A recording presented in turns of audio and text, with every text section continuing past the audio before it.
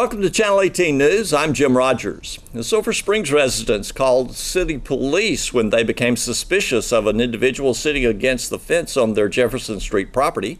A records check showed Angel Guadalupe Jasso, age 20, homeless and wanted on a Hopkins County warrant for violation of probation and unauthorized use of a motor vehicle.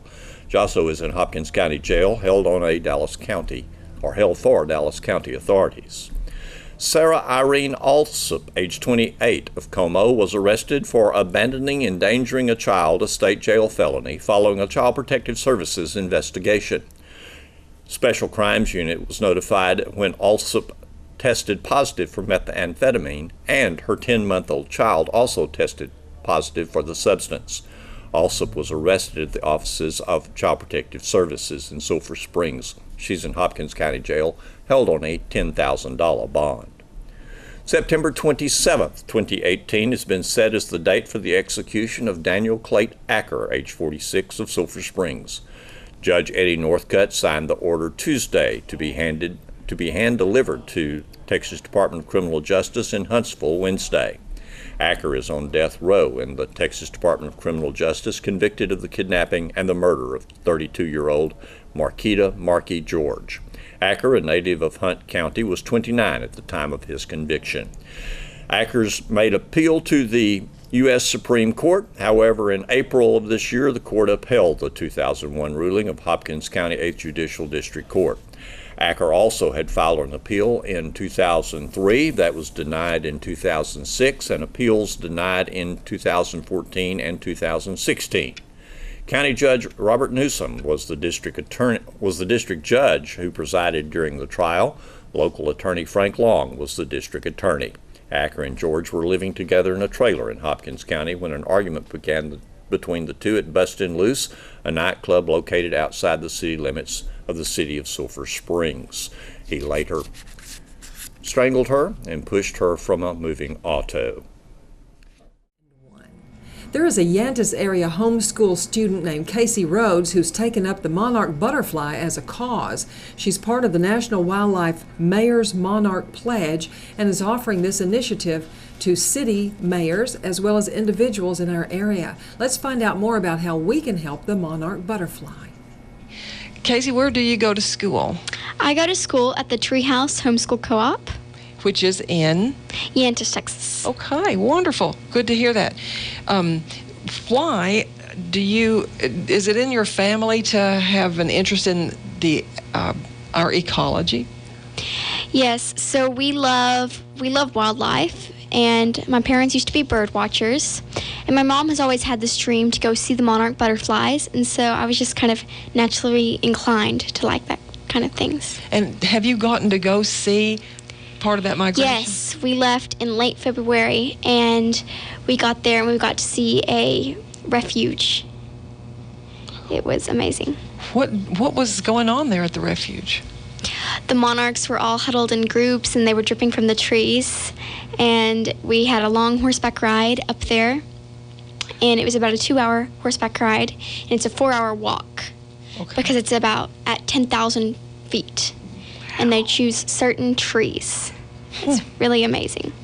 So this was in a place in Mexico? Yes, it was just a little, it's in, let's see, let me find a picture. Casey has several panels here she's already prepared for us.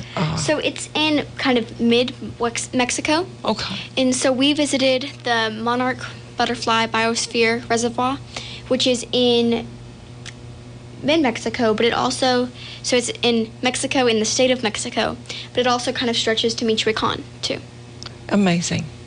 Well, let's back up and find out how, with an interest in something, in such a large subject matter as saving the butterflies, how did you find, let's say, a vehicle? How did you find a way to get this out to the public? Well, when we got back from Mexico, I was interested in doing something for the monarch butterfly because I thought they were so amazing. Okay. And I knew I wanted to do a project on the monarch for 4-H, but I didn't really know how to get my point across. So then I did my 4-H presentation, and I kind of found out I wanted to do more. And I was reading a book, and I found this Monarch Mayor Pledge. And that inspired me. I was like, hey, Mom, can we try to get our mayor to do this pledge? And it all kind of went on from there. And so Mayor Jerry E. Miller did accept the pledge. Yes, he did, and he's very supportive. He's a very great mayor. Okay. Well, and so when we were talking earlier, I found out something that I did not know. Barbara Bush, so beloved by everyone, started this off, really. Yes. She was a big supporter of the monarch butterfly, and her family actually owned a ranch with natural prairie in it, where milkweed naturally grows for the monarch butterfly.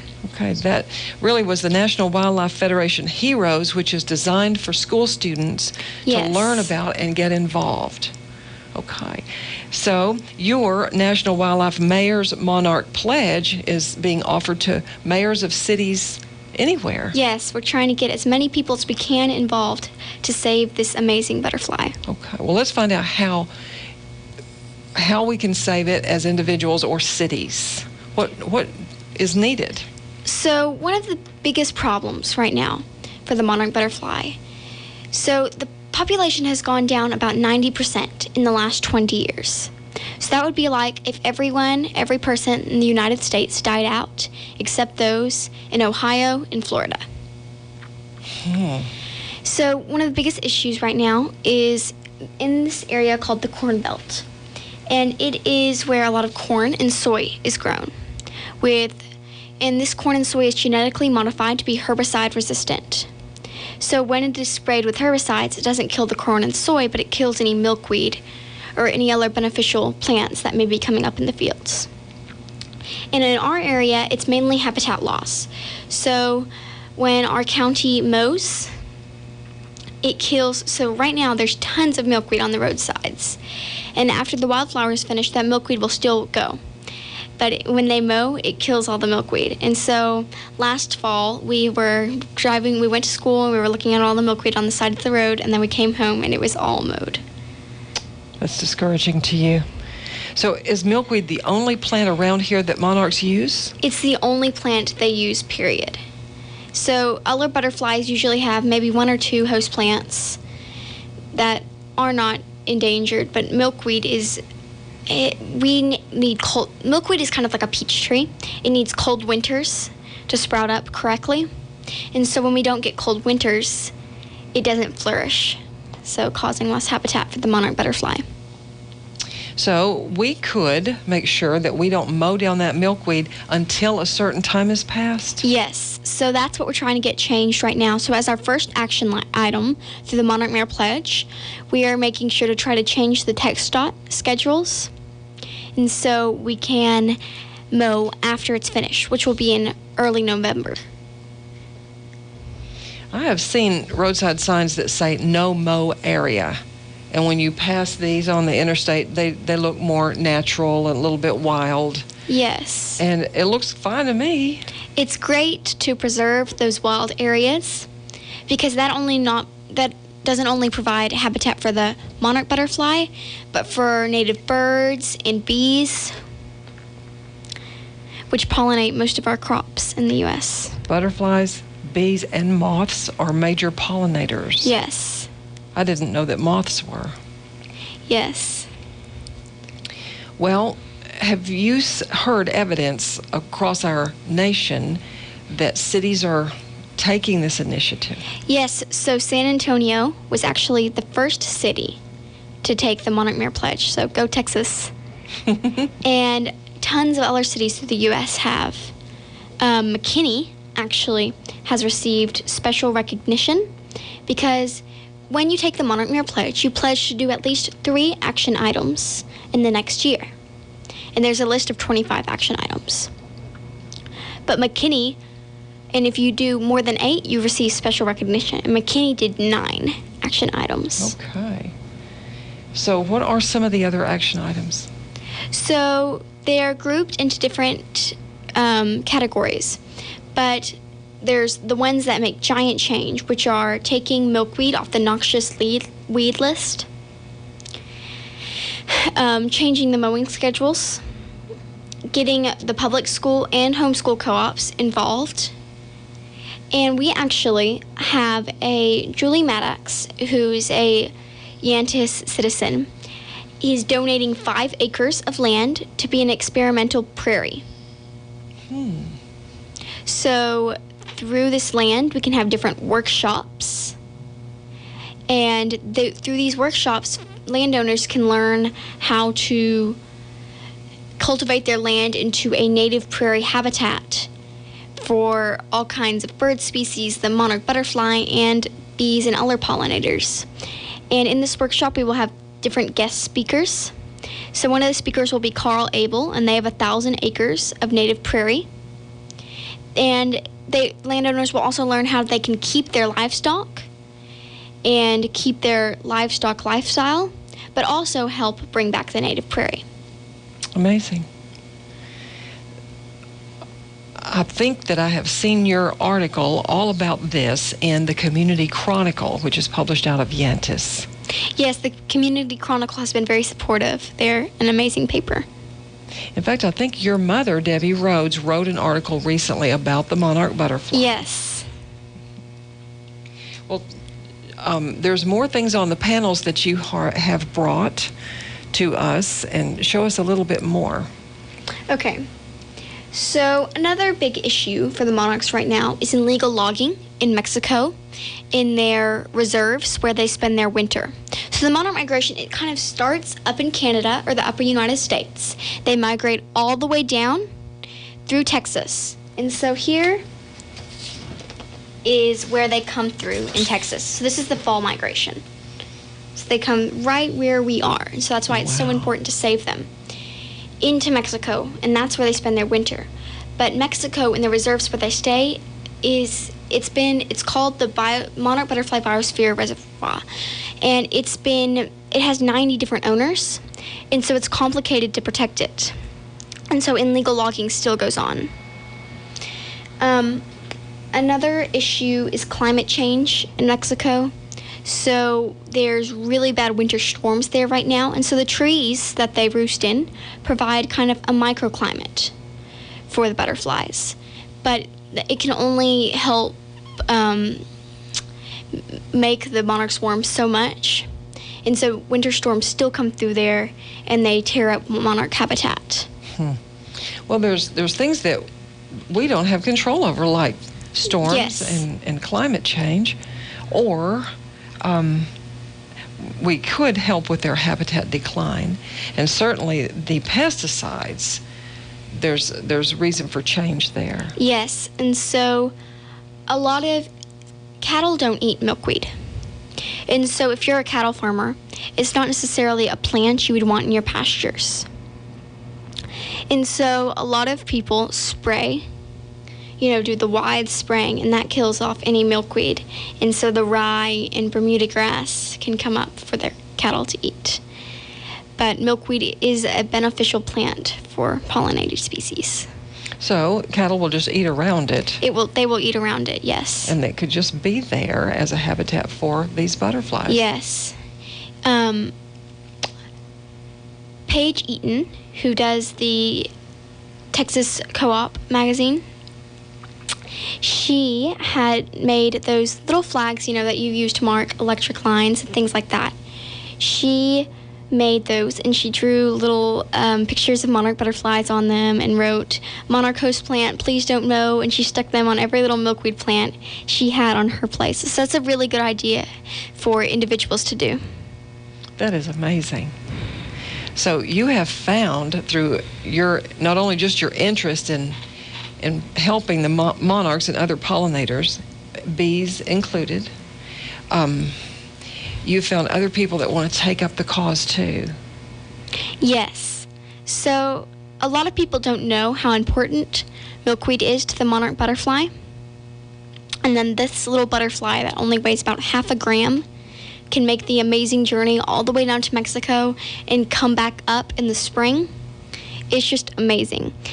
And they don't understand. And so when you teach people, they can understand that this butterfly is so important. And so that's what I like about doing this project, is you can inspire people to make the change. And for us, like individuals in our yard, maybe we have a yard in town, they need nectar too. They do. And so if you don't have pastures and pastures that you can convert to native prairie with the help of the National Wildlife Foundation, you can even just plant a butterfly garden. And so a couple plants that you'll want to plant in there is the different types of milkweed. And so the milkweed that's native to our area right now, and the one you'll probably be seeing most, is antelope horn milkweed. And it looks like this. Antelope horn milkweed probably looks very common to us from like out in our pasture here at the radio station. We used to have lots of milkweed. Sorry, I can't find it. She's looking for the right panel with that picture on it. Yes. Here, I'll find it. Oh, it's in the book. Okay. So there is a way that each of us can help. I hope that our town will adopt this mayor's pledge.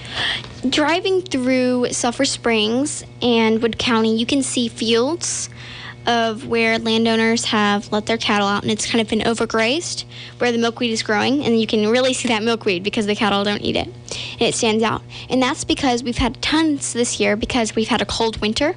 We had enough cold time for that milkweed to grow.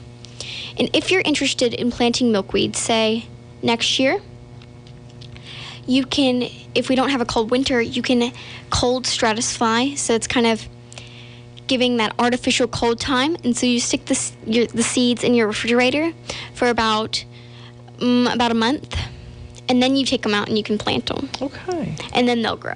But they don't grow without that cold time. Okay.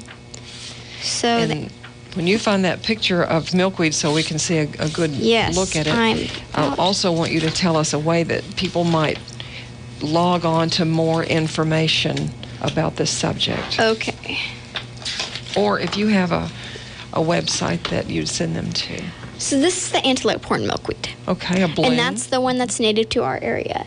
And it's got this really, really pretty flower. And the caterpillars will eat the leaves of it, and the eggs kind of look like, they're like tiny little white blobs, and they'll be found under the leaves. Okay. In fact, we have an employee here at KSST named Matt Jansen, and he is a butterfly fan, and so he's helped us before to cultivate some of these from our pasture out there to the east of the building. So you wanted to know some websites that people can get on to. So there's one called Monarch Watch, and that's an amazing website. They have all kinds of projects that people can get involved. And it gives you, if you go onto their site, it can give you more information about the monarch butterfly. So my mom actually just filled out a form, and you tell them what you are planning to do with your land on cultivating the native prairie. And we just received 200 free milkweed plants to plant in our pastures and yard. But there's also another one called Journey North.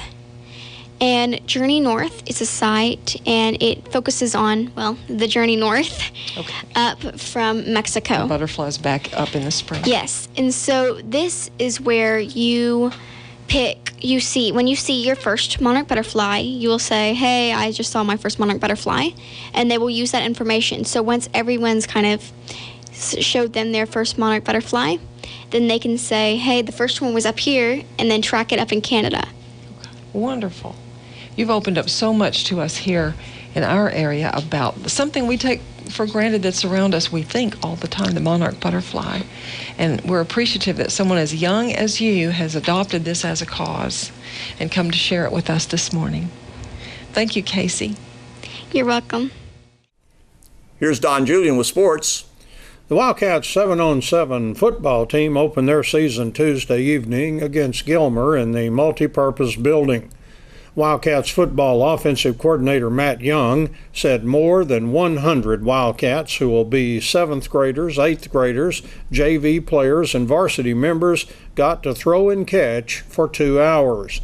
Coach Young noted that the Buckeyes of Gilmer are talented with tall and long receivers who expose your weaknesses. Gilmer's varsity looked like they had been practicing for several months as they scored the first 5 times they had the football in a 6 touchdowns to 2 touchdown win. Wildcats defensive back Andy Edens broke the Gilmer string of scores with an interception. On the Wildcats' very first offensive play, senior-to-be quarterback DeCorian Young threw a long bomb that was caught perfectly by wide receiver Day Dugan. Later, Young threw another touchdown. The Wildcats used 4 different quarterbacks Tuesday night: Young, Aiden Walker, Noe Ponce, and Caden Wallace. Gilmer also took a second matchup with the varsity 4-2. Young had a couple more TD passes, including one to Landry Tyson. The game was tied 2 touchdowns apiece before Gilmer scored the last 2 to come out on top. Coach Young said that he spent most of his time watching 7th and 8th graders since they did not get videotaped. He does have tape of varsity and JV action to evaluate. Based on what he saw and what he heard about Tuesday, Coach Young said DeCorian Young threw some accurate balls, and he said although the catching is not where it needs to be, he said the receiving improved Tuesday as the evening went along. Coach Young said that Commerce and Emory Raines would be bringing teams to town to play 7-on-7 next Tuesday. Thanks for watching Channel 18 News. Have a great evening.